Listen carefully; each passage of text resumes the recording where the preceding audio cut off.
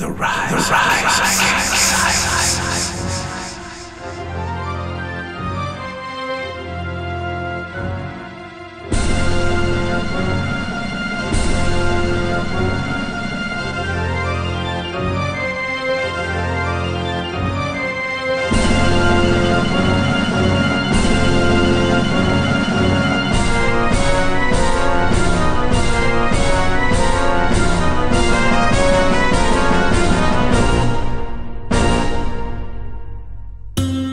King Hussein, it pleases me immensely you've traveled all this way to meet me here in New Eden. The pleasure is mine, King Asilas. Our respective countries have been allies for generations. You know my government has never made secret its pro-Western policies. I must compliment you on this castle. It is perhaps the most beautiful castle I have ever seen. Grand, but not gaudy. I am truly impressed. Your flattery will get you everywhere, King Hussein. I wonder if your sentiment extends to being greater allies to prevent another world war. My goodness. I heard you were a blunt man, but I am unsure what to make of this. Another world war?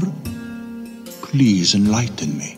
You are here because you can rally the Middle Eastern countries against the greatest threat this world has ever known.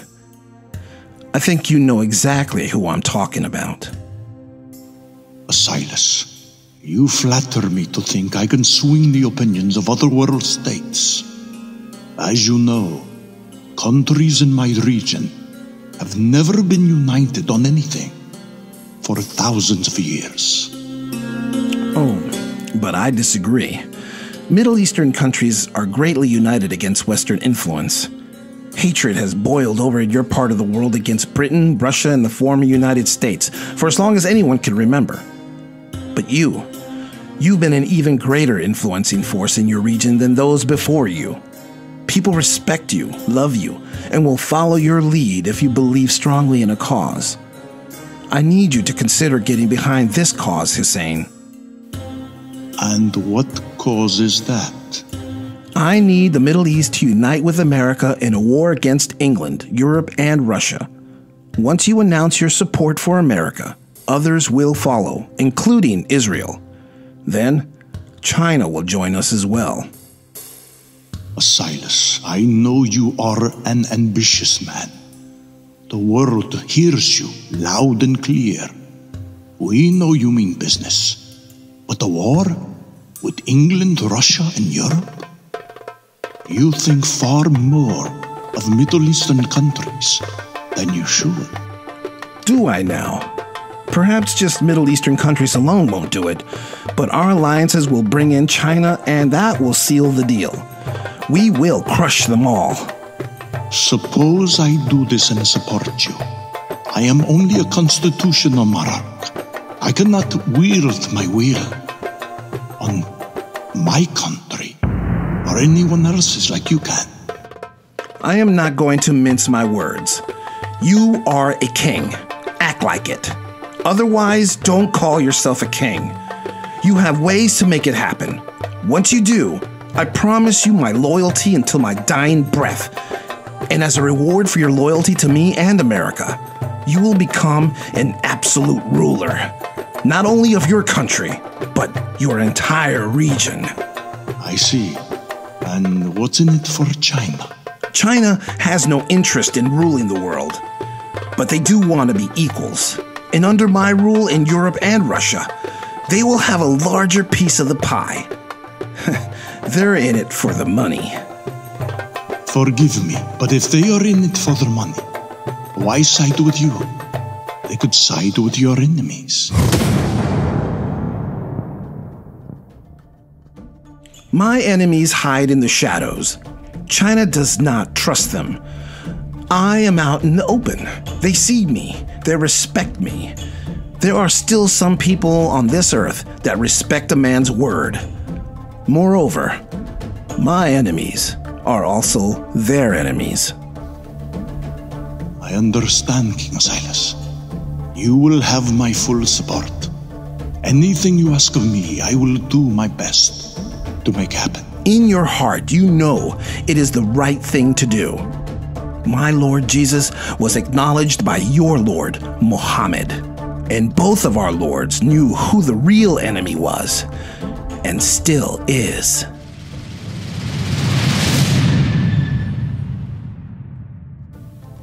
Indeed, I am with you, Asilas.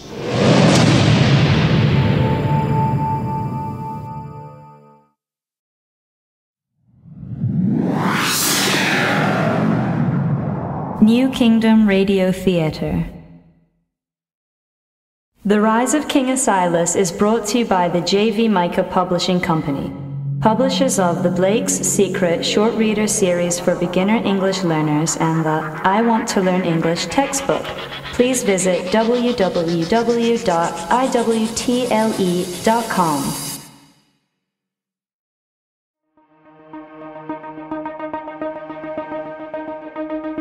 Countries under the control of the monster group began to position themselves in a threatening manner against America.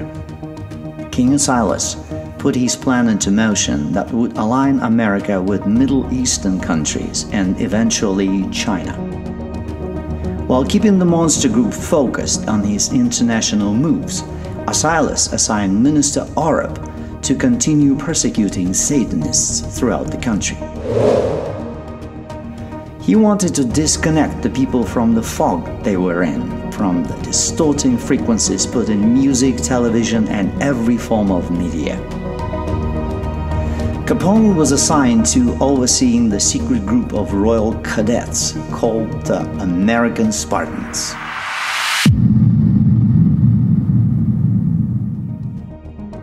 The most impressive cadet of this elite group was none other than Abigail Sierra.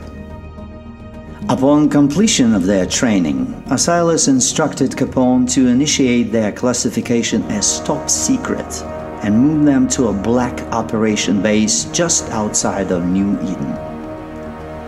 As the world watched in anticipation to see what political moves Asilas was making, his trusted confidants were putting a far more ambitious play into motion.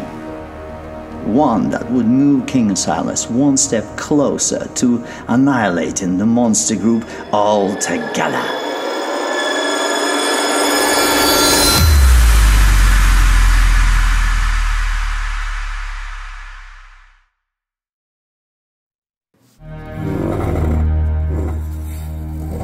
Gentlemen, thank you for meeting on such short notice. Minister Oreb has given me his latest report. I'm pleased more arrests are being made using the poison filter.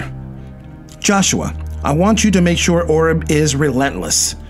Execute every demonic seed spreader in all 52 states. Spare no one.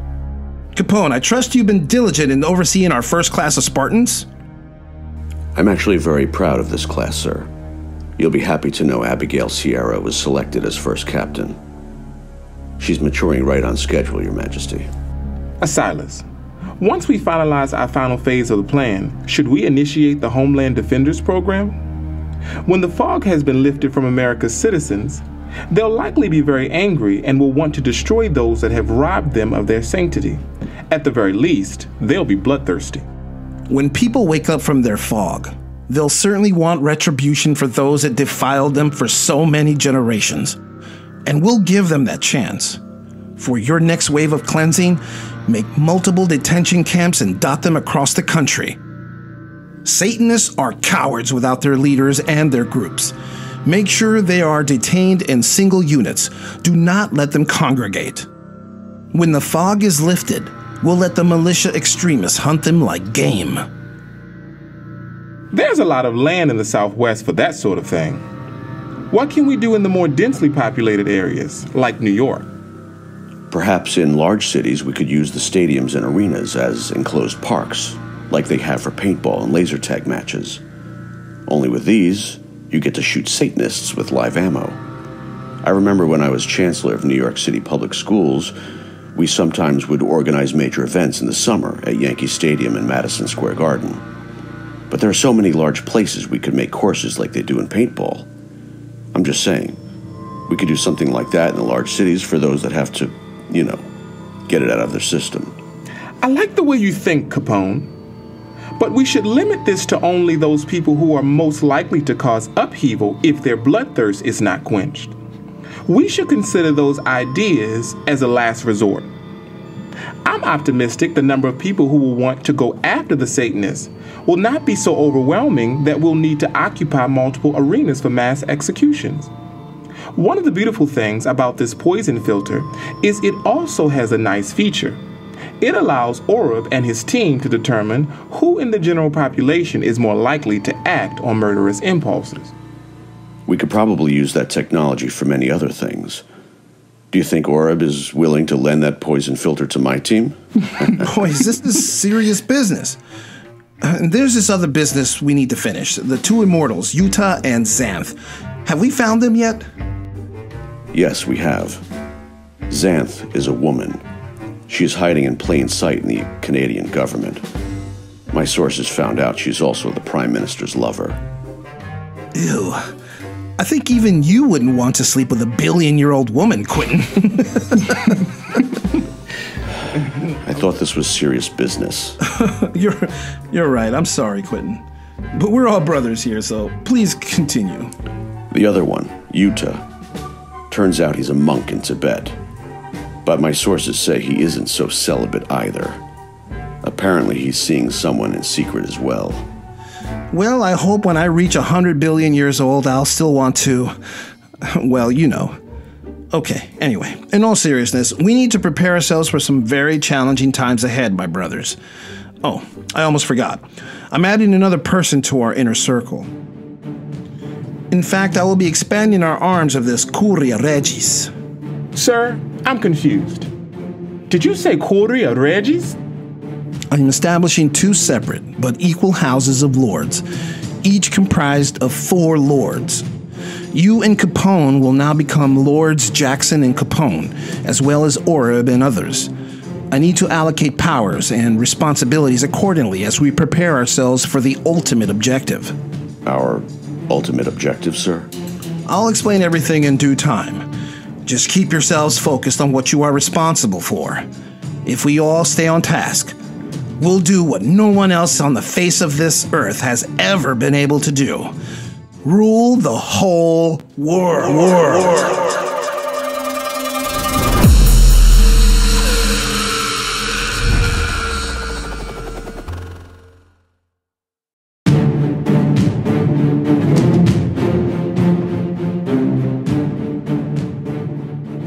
King Asilas wanted to ensure America was sovereign, free of outside and demonic influences, and be a nation where no man, woman, or child ever went hungry or without shelter. And he established these goals within a relatively few years into his reign. But as he looked closer around the world, he realized the forces that kept his people and nation in the fog for countless generations had done the same throughout the world.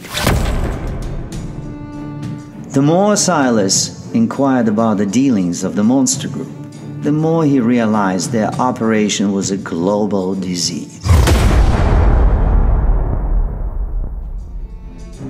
What began as a soldier's utopian dream gradually changed over time to a crusade against the enemy of mankind. Asilas took nothing for granted and called on the so-called angel Gabriel to help him locate the masterminds of the monster group. Asilas quickly realized Gabriel was no angel, but rather some other unknown entity that was trying to manipulate him into doing things that were beneficial to his troubles. He figured out Gabriel could also be manipulated, and so the two played this charade in order to get what each other wanted and needed. Gabriel became one of Asilas' instruments and proved to be quite useful in his ultimate plans. The pieces on the world chessboard were being moved into place, and the game master, Asilas, was readying himself to make a brilliant and calculated gamble.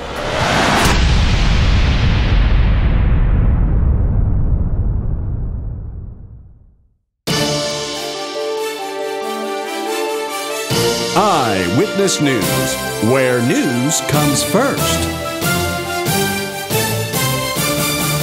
Good evening, America. In the news at this hour, King Hussein of Jordan is wrapping up his 2-day visit with King Asilas at the Grand Castle in New Eden. The two monarchs are said to have solidified an alliance in an effort to not only stabilize the Middle East region, but also unify Middle Eastern countries and support America's interests in increasing their military forces in the region by 200%. This announcement prompted a swift response from the leader of China, President Wei, who says this news is of great interest to China and says he wants to meet with King Asilas.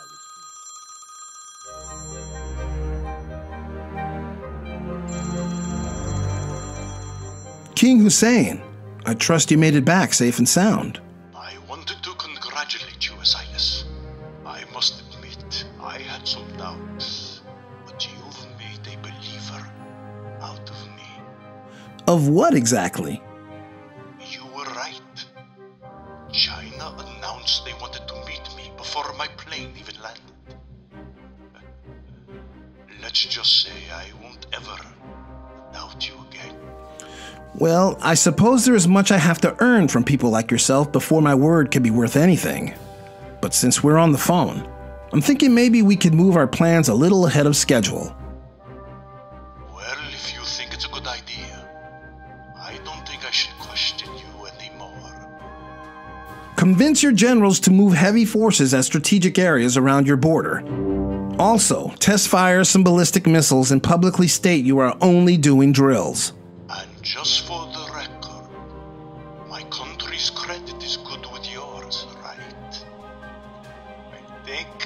I think this is about the time you'll be delivering 15 new F-27 stealth Raptors for our military upgrade.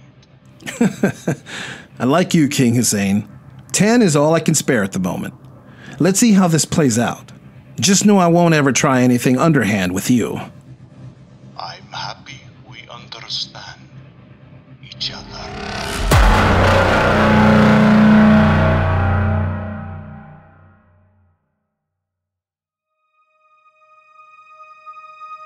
Dr. Samuel, thank you for meeting with me on such short notice. I'm going to jump right to the point. You've been working with our diplomacy office and are one of the most brilliant and well-respected experts on foreign affairs. I would like for you to work with me directly on matters involving foreign policy, including advising me on scenarios of war. Your Majesty, I am honored and utterly speechless you would select me for such an important role.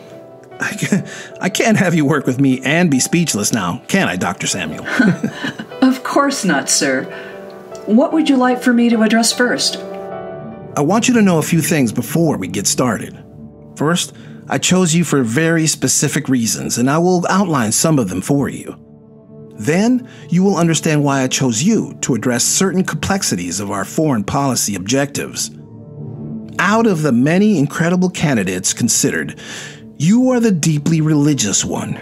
But you are also very open-minded about finding solutions that benefit multiple parties in a negotiation. I admire that immensely. Thank you, sir. I also believe your personality is just what my inner circle needs. Guts from a feminist perspective. Nationalism with an understanding of its implication to other nations. An experience on the world stage and dealing with some of the most complicated countries on the face of the planet.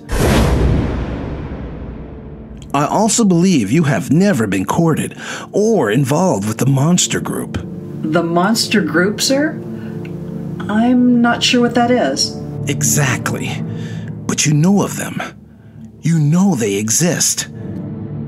Every time you try to negotiate a deal and parties suddenly pulled out without explanation, or every time a poor country was sent aid that mysteriously disappeared, you knew there were evil forces at work that robbed from the poor and unfortunate. They are the people that undermine the good work being done in the world. The nefarious group that pulls the string of world leaders and governments. The shadow governments, the men behind the curtain, the wicked secret societies whose members find their way into roles of power and influence, those monsters? Yes, those. You are not one of them. Sir, one of the reasons I even got into this line of work was to do whatever I could to stop them. They, whoever they are hell-bent on destroying everything good and decent in this world. Ever since I was a little girl, I always knew something wasn't right in the world, and I have made it my personal mission to find the bad people and replace them with goodness. I know you do, Hannah. Can I call you Hannah? Yes. Of course, sir. You'll learn I call those I care about many names. It's my way of showing affection. Dr. Samuel, you will get your chance to replace them with goodness. Help me win. Help our country win. Help our people and all of humanity win. This is why I chose you. Because you can help us defeat them, those monsters. Can I count on you? Will I have your loyalty to the death? Yes, Your Majesty. I will be loyal to you to the death, and I will help you end those monsters. One more thing, Dr. Samuel. This promotion includes you becoming a member of the High Council. You will now be given the title of Lord of the House of Morale. There is much more we need to get you up to speed on. Thank you, sir. I am very humbled and honored.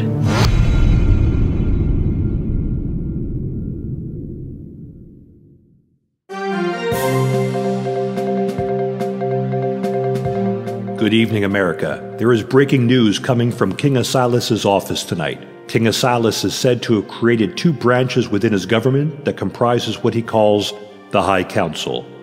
These two branches, which he calls houses, are the House of Morale and the House of Terra.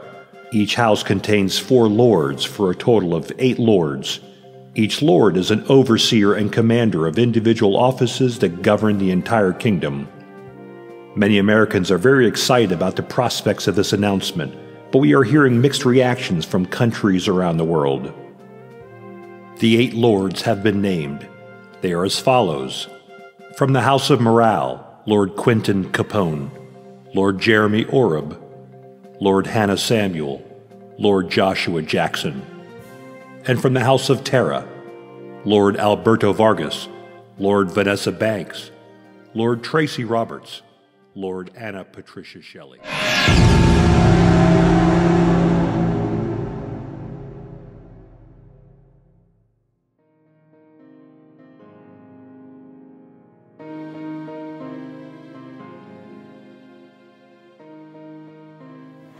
I'm surprised to see you. After our last conversation, I thought my doubts about God made you hate me. I could never hate you, Abigail. I haven't come around because I've been pretty busy. Me too. Did you know I was named Captain? Yes, I'm very happy for you. You deserve it. I hope you are ready for the challenges ahead. You know I'm fearless, Asilas. Oh, now that I've gotten to know you better, I have learned you are more than just adventurous. You have a relentless curiosity. I just hope that curiosity will be a valuable asset as you begin the biggest test of your military life. Seriously? I think you know exactly what those tests are. Why don't you tell me so I can prepare? There are so many things I wish I could tell you, Abigail, but I honestly can't. It would just be upsetting. There are things I want to tell you too. Sometimes I think I should, just because I don't want to keep secrets from you. Well, just tell me and let's see what happens. Well, there are a couple of guys in my unit that have asked me out on dates. I think they like me in that way, but they criticize me, saying I am too involved with you. But you and I are only friends. We aren't like that, right? It's not like you're in love with me. Are you? Oh, wow. I get it. These other guys, they want you to release yourself from anything that guards your heart so they can be with you. That's all it is. You're not answering my question. Are you in love with me? Abigail.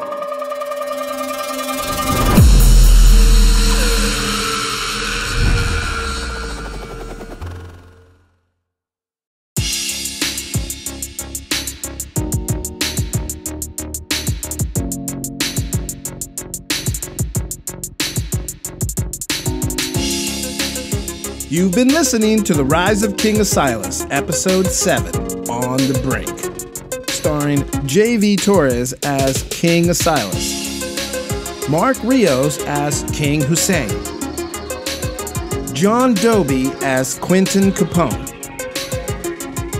Clarence Jackson as Joshua Jackson, Kathy Okawa as Dr. Hannah Salmon, Naomi Castillo as Abigail Sierra, Don Rosinski as newsreader, and narrated by Sergei Berezhnikov.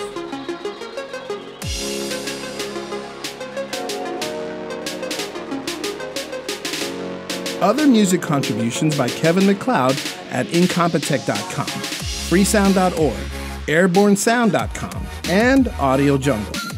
For more information about the cast, the music, and this production, please visit our website at www.theriseofkingasilas.com.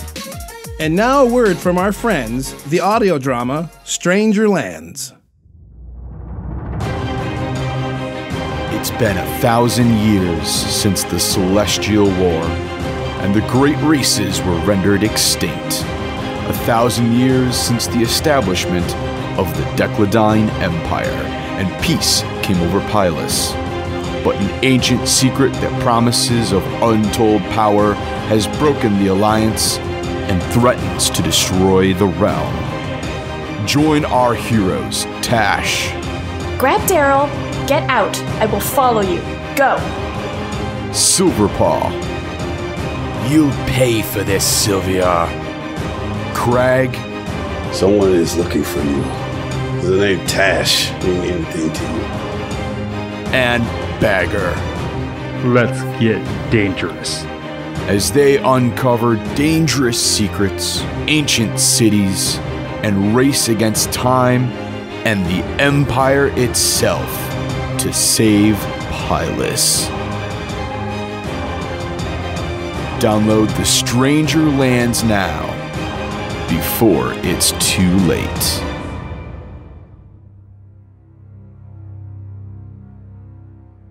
This has been a production of the New Kingdom Radio Theater in Baltimore, Maryland. Copyright 2018. And stay tuned for Episode 8.